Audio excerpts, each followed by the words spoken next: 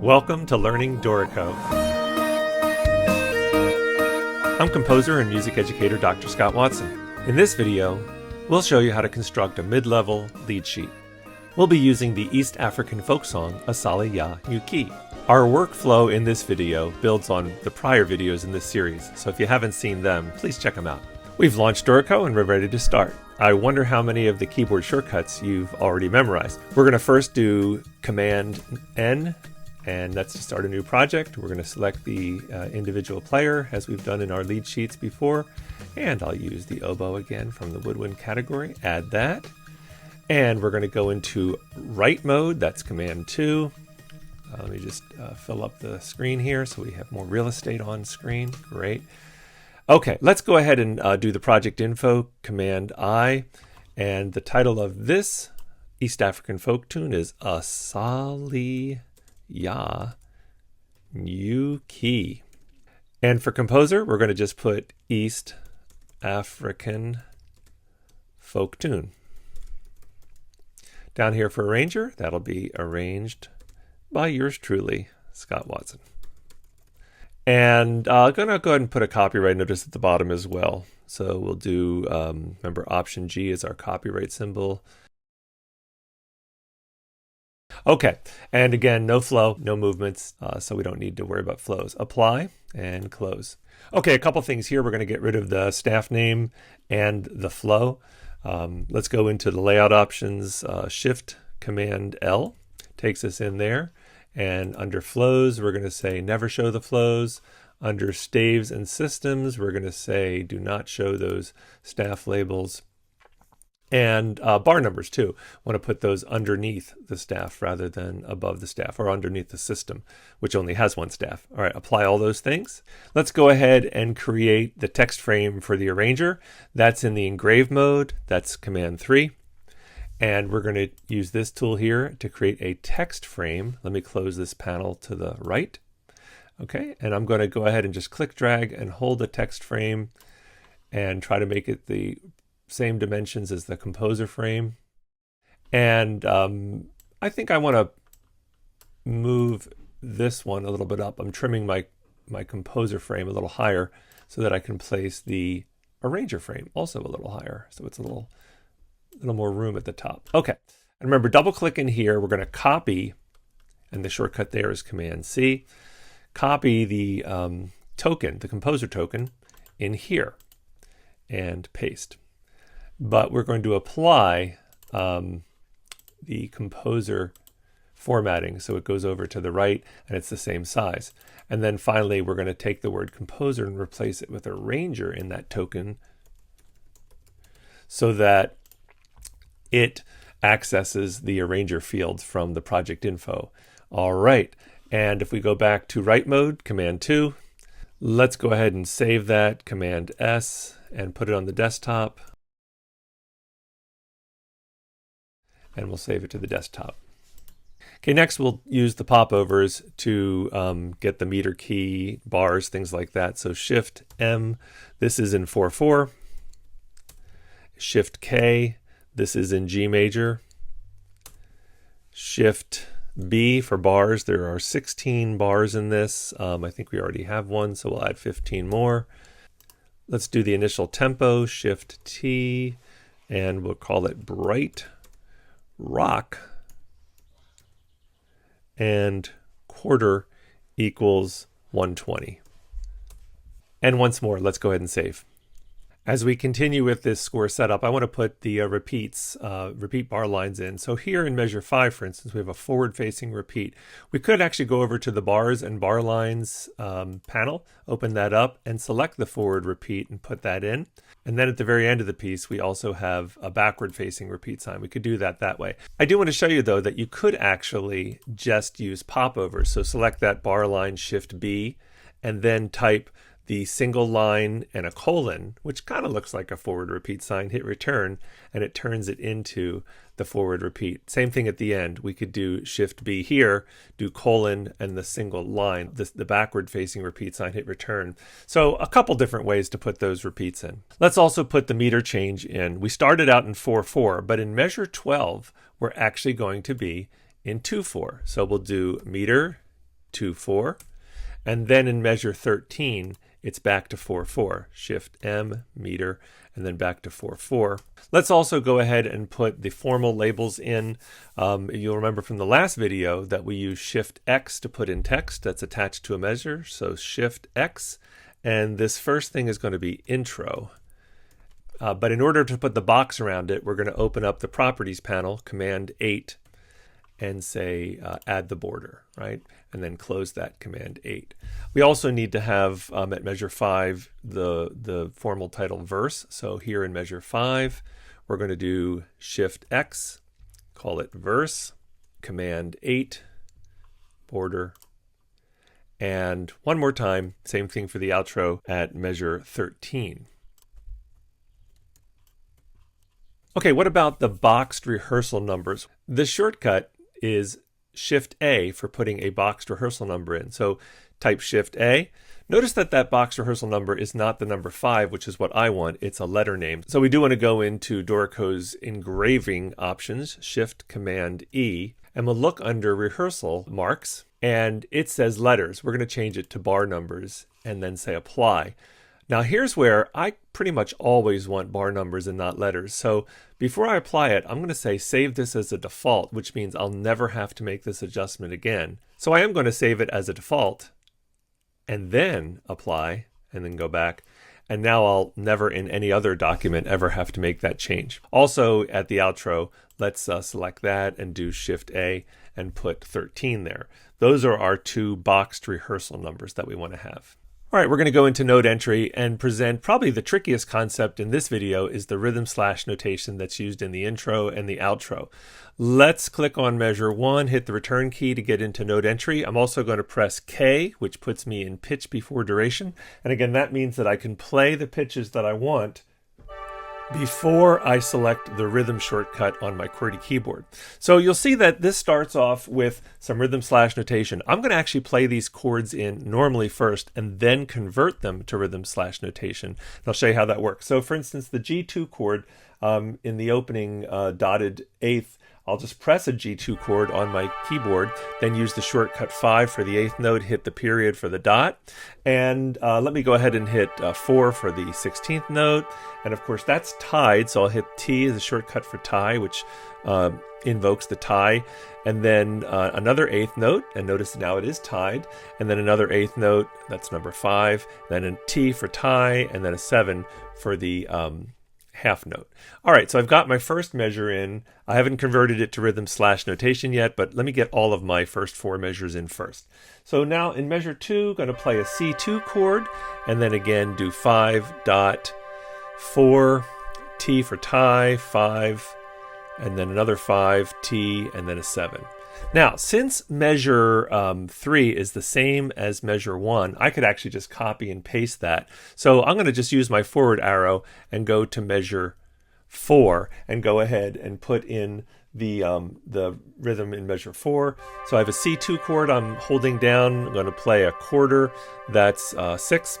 By the way, the next, I'll show you. If I do a half, it's going to put it in as a half until I put in the final B, 8th note, and then it turns it into 2 tied quarter notes, and I don't like that. For whatever reason, that's the default with Dorico. But Dorico does have a way to force a duration that you want, and in this case, I want to force it to be a half note. So let me undo all of that and go back to where before I put in that half note, I'm going to go over here and click on force duration. Of course, the shortcut is O. I could just have typed O on my QWERTY keyboard. But having done that, now when I play that half note in, it'll stay as a half note even when I advance to the B and put that 8th note in at the end of the measure. See how it stayed as a half note? Okay, so let's go ahead and I'm going to copy this measure here. I want to copy measure 1 over to measure 3. And there's a bunch of ways to do that, but one of my favorite shortcuts in all of Dorico is option clicking. So once you select something, if you option click somewhere else, so here I am holding the option key and clicking here, it'll actually copy that measure. Of course, it also copied the intro, which I don't want, so I'm going to select that and delete it, right? But I was able to copy that using Option Click, something that you can use in a lot of instances in Dorico. All right, now I have my first 4 measures as normal notation. I'm going to Shift click everything up to the beat 3 of measure 4. So click on the first note, hold the Shift key down, click on this last thing. So that's all selected. And now here's the shortcut to turn it into rhythm notation, Shift Option V. And what that does is it puts it in a different voice that has a different type of notation. So Shift Option V. And notice it turned it into rhythm notation. It didn't turn that last 8th note into rhythm notation because I only selected up to the 3rd beat. So this is looking pretty good. However, I don't like the way the rests appear here. So I'm going to show you a way to hide rest. So for instance, I want to hold the Shift key down and select everything up to that rest. And then go to the Edit menu and say Remove Rests. And notice those rests are gone. I also want to remove this rest here, right? So Edit menu and Remove Rest. Notice I did keep that rest, which we need, right? All right, this is looking great. So I want to do Save, Command S. And now I can go ahead and go back into note entry mode and put in the rest of my notes. All right, we're going to continue with note entry. It is a little tricky because now we have the rhythm slash notation, and we have normal notation. Dorico behind the scenes has actually set up 2 different, what they call voices. The rhythm slash notation is in one voice and the normal notation is in the other voice. I'll show you how that's going to assert itself. I select measure 5, hit return, and of course make sure we have K so we can do pitch before duration. Notice this little icon at the bottom, it's the rhythm slash. If I select the shortcut V, it'll toggle between the 2 voices. In fact, watch this, I hit V, it goes back and forth, right? So we don't want to be in slash notation, we want to be in normal notation. But remember, there's 2 voices at play, rhythm slash and normal. So watch what happens. Now that I'm in the normal voice, I'm going to play the D and press number 5 and hit the dot for the dotted quarter, and then number 4 for the 16th note, 5, 5, half note is 7, right? But notice that I have a rest in the second layer, sort of. So stems up, I have the normal notation. It's actually holding sort of a placeholder, that rest for the rhythm slash notation. Now, as I continue to the next measure, watch what happens. Dorico realizes that I'm only going to be using the normal voice now, so I'm going to go to G and 5, 5, 5, 5, T for the tie, and 7 for the half note. Notice that now we don't see that rest. So what I'm going to have to do is the same thing I did earlier. I'm going to have to select the rest and then go to the Edit menu and then remove the rest, and then it looks normal. As I continue, I won't have to go back and forth as long as I stay in normal notation. It's just because I was coming out of using rhythm, Dorico wasn't sure what I wanted. So kind of neat there. Anyway, let me go ahead and put in the rest of the notes, at least up until measure 10, where we have a triplet. Then I'll stop and review how to do triplets.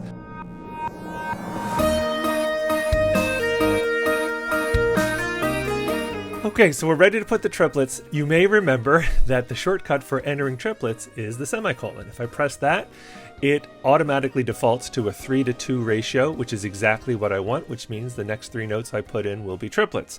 I'm going to go ahead and hold down the G and press the shortcut 6 for the quarter note, and then A, and then B. And now to get out of triplet mode, I have to press the colon. So I'm going to do that right now because there is no more triplets, and go back to note entering.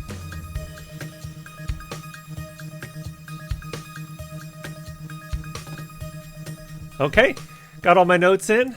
Looks pretty good.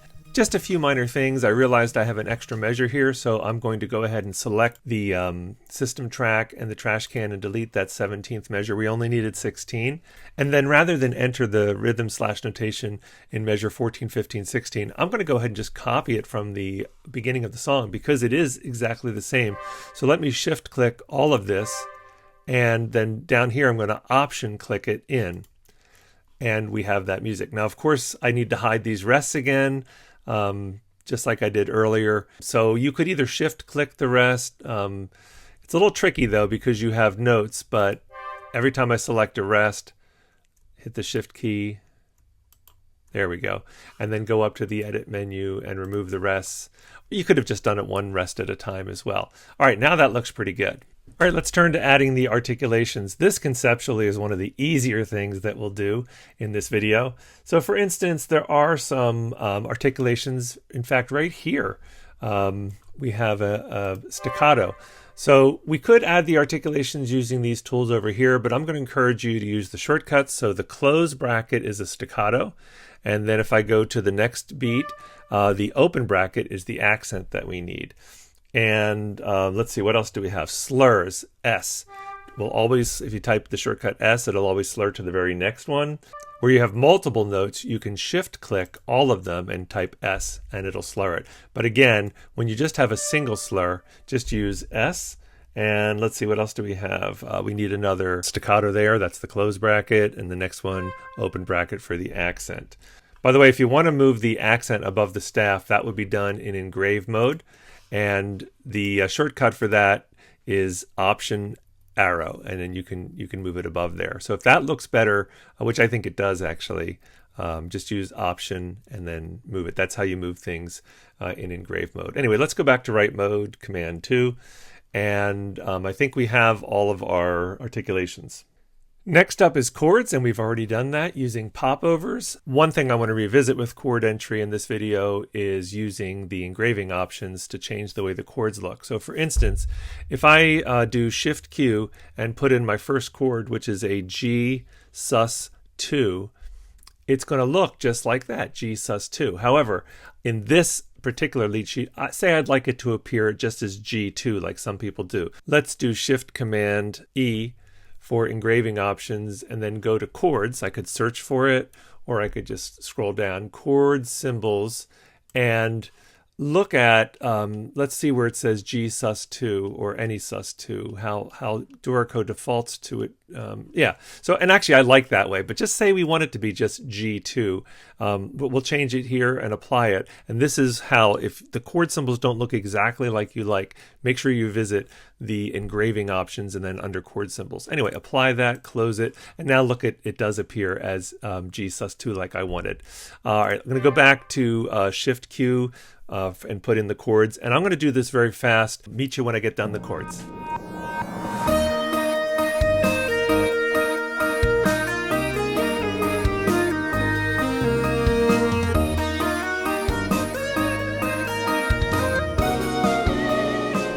Okay, I'm going to just stop to point out that the slash chords are not showing up the way I wanted, and also the sus4 rather than just sus. Again, go into engraving option, Shift Command E, and let's take a look at the way that appears. For alternate bass lines, remember, I would rather have it always reiterate the chord rather than what it was doing as a default. And then for the sus4, where is that? That's probably up here. I'm going to choose this here. Instead of D sus4, just sus. So a couple of those changes, and then apply it, and then close, and we'll notice now it does just say D sus, and now I have the chords reiterated. All right, let me continue putting in the chords.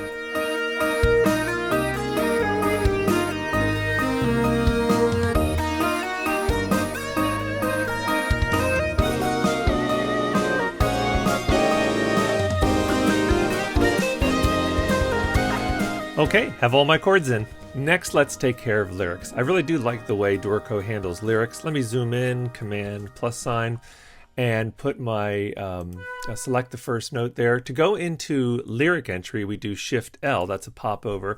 And notice the number 1 there. If I do the down arrow, it'll switch to second verse and third verse and so forth. Let me go back up to first verse. And what you're going to do is basically type syllables or words, and then when you hit the space bar, it will advance. So for instance, Asali is divided with A, and then I'm going to hit the hyphen, the dash, and it goes to the next syllable, and then Sa of Sali, and then hit the dash again, and then Li.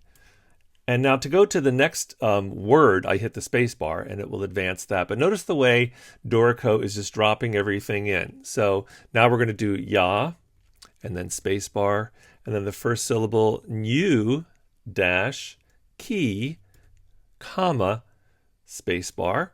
And now we're ready for the next thing. Mwambani, I'm going to do the MWAM dash And here we have a melisma. We have two notes slurred together. So I'm going to hit the space bar to get me to the third note there and do the BA and then dash and then ni and period. And then I'm going to hit the space bar and it'll take me to the next thing. Notice it also put a word extension, that little line. So I like the way all of this is done sort of on its own. I'm going to go ahead and put the lyrics in this way. I'll meet you at the end.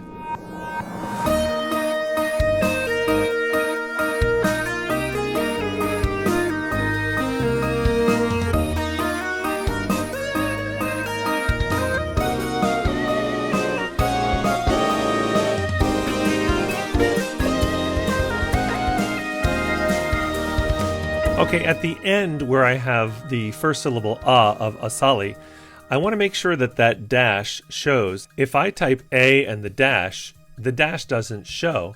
But when we repeat back to measure 5, I kind of wanted to have a dash there. So I just wanted to show you there is a way to do that. Let's go into Shift L again and put the and this time Option dash, and then hit the space bar, and it forces the dash to show. So Option will keep the program from advancing to the next syllable. All right, I have all my lyrics in. Let's go ahead and save. All right, now we're ready to do some format and layout work, which we could have done earlier. For instance, if all the clutter in systems 2 and 3 bothered you, you could have worked with layout and formatting earlier. But anyway, right now we do want to get some more space here. I'd also like to have 4 measures in this second system, not 3. So we do need to go to the engrave mode. That's Command 3. I'll show you a couple different ways to do that. Let's go back to this tool here, graphic editing. One way that I can add this measure, this 8th measure, make it the last measure of the second system, is just to select the last note and use the shortcut comma, and that moves a measure to the previous system. If I would have used the shortcut let's say over here, period, it will move it to the next system. The period and the comma, previous system, next system, is useful here and there, but a much better way, I think, would be to select the first note of the second system and then all the way up to the last note of measure 8. Now I have to use Command, not Shift for this. In engrave mode, you can't use Shift clicking, so you have to use Command clicking. But notice how they're both selected. And now having done that, I can say make it into a system. And now it does make all of those measures into a system. So that's a way to do it. So the 2 ways I showed you, let's go back and review, was to either select something, hit the shortcut comma, and that'll move it back to the previous system, or Command click, so holding the Command key, first note to the last note, and say make it into a system. Either way, we get exactly what we want, and now the other 2 systems are perfect, right? I have 4 measures there, and I have 4 measures there. Let's go to this tool here, where we're going to put some spacing in between. This system needs to come down. I'm just going to grab its handle and just drag it down. And that way we have some space between those lyrics and the stuff up here. And then this system also needs to come down. I'm just eyeballing it, right? But remember, if I hold the tilde key, it gets rid of all of those things. Maybe I want a little more space here and a little more space. Yeah, because of that, a little more space here. Also, I would like to have the number 5 next to the verse. So that's here. Grab this and just move it where we want it. Move this where we want it, a little bit further away from the chord symbols. Same thing with 13 and the outro label. Move that where we want it. Yeah, that's looking good. Let's again zoom out, Command minus, and use the tilde. How do we like it? Well, maybe I want a little more space here. So I'm going to go back to the staff spacing and just grab this one and move it down. By the way, I could also use the Option and the arrow to move it down. You can use keyboard shortcuts to move things down. So with the tilde, that looks pretty good. Maybe a little more space here. Let me do all of these. So I'm going to select all 3 of these and then Option, down arrow, and they all move down uniformly. Tilde to see what it looks like. Yeah, I'm liking it. Our final step is that we want to put a text box here and then put the translation from Swahili in there. So this is also going to be done in the engrave mode. So we'll use the frame tool. We'll create a text frame, and I'm going to go ahead and draw that in right here, somewhere in the middle. And then double click in here, and I'm going to go ahead and type translation from Swahili, and then go ahead and type the text. Just give me a second to type that.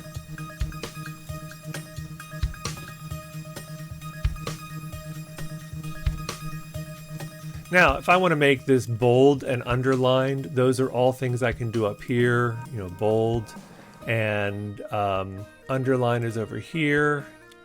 And basically, I'm ready to see what it looks like in print mode. So go to print, and this is how it would print out. I actually kind of like it. Maybe let's just say I wanted to move this a little bit to the center, right? I would go back to engrave mode, and I would just grab that frame and just move it exactly where I want it. Use the tilde to just see how it looks. I think it looks great though. So if we're happy with everything, right? We like the way oh, I just realized I wanted this to be different. I want bright rock down, intro up. My bad. So go back to engrave mode. We'll move intro up. We'll move bright rock down. How did I miss that? But that's what proofing is all about, right? So there we go. Now let's go ahead and look at it in print mode. By the way, if I wanted to go back and hear what this sounds like, I wanted to show you a little trick. When we play this back, we're not going to hear the rhythm slashes play. By default, let me hit P. You'll see what I mean. See, nothing's playing right now. The chords aren't playing, and the rhythm slashes aren't playing. Now when we get to the regular notes, right, we'll hear that. So as I said in a previous video, to hear the chords play, we would go into play mode, and then we would turn on the speaker on the chord track, and then we will hear the chords play. But you're only going to hear the chords play where there are chord symbols. So in other words, you'll hear them play kind of like whole notes. Let me do that again. But we're not hearing that da, da, da, that rhythm that's actually indicated. So that's another thing that we have to do in playback options or Shift Command P. Under repeats, we can say play/voices. Let's apply that. Close. Now we're going to actually hear that rhythm. Right. So I don't know if playback is important to you. Okay. Anyway, we'll go to print. Let's say we want to print it to a PDF. We would say graphics, PDF, export it, where to the desktop, let's say, which I'm happy with it on the desktop. And we've got a great looking lead sheet. Hope this has been helpful. Good luck learning Dorico.